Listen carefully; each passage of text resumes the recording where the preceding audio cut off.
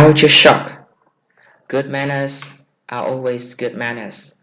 That's what Marinda Ingram, who is English, thought until she married Alexander, who is Russian. When I first met Alexander and he said to me in Russian, "Налей мне чай, pour me some tea," I got angry and answered, "Pour it yourself." Translated into English without a "could you" and a "please," it sounded really rude to me, but in Russian it was fine. You don't have to add any polite words.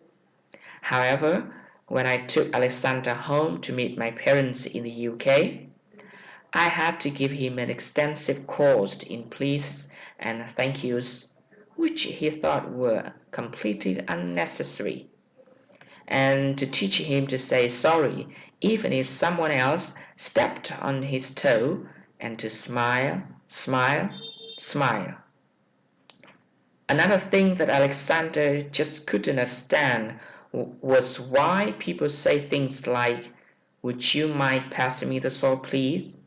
He said, "It's only the sword, for goodness sake. What do you say in English if you want a real favor?" He also watched in amazement when at a dinner party in England we swallowed some really disgusting food, and I said, delicious. In Russia, people are much more direct. The first time Alexander Mazda came to our house for dinner in Moscow, she told me that my soup needed more flavoring.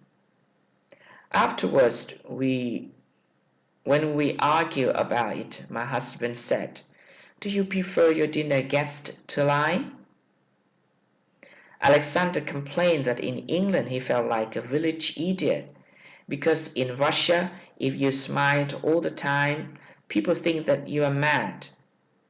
In fact, this is exactly what my husband's friend thought of me the first time I went to Russia, because I smiled at everyone and translated every please and thank you from English into Russian.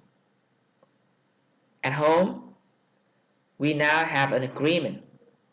If we're speaking Russian, he can say, "Pour me some tea," and just make a noise like a grunt when I give it to him. But when we're speaking English, he has to add a "please," a "thank you," and a smile.